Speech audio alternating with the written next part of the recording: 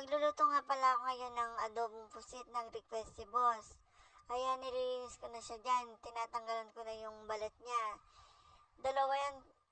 Kaya lang isa na lang niluto ko kasi masyado siyang malaki. Ayan. Nag-isa-gisa na ako dyan ng bawang sibuyas sa kaluyas.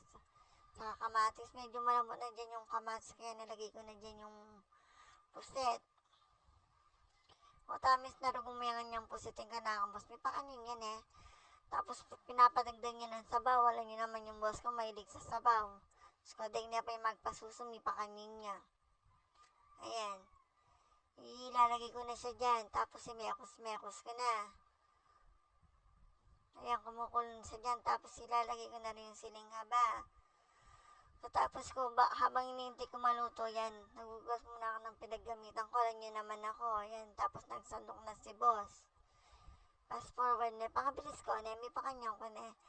Ayan, palis na pala si boss dyan.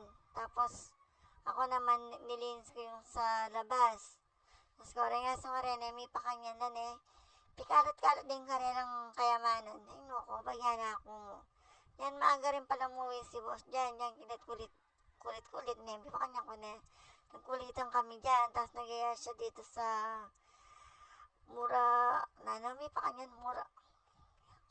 Kaya ko sabi ne, Makimura Ramen Bar. Yan, nag-craving siya dyan.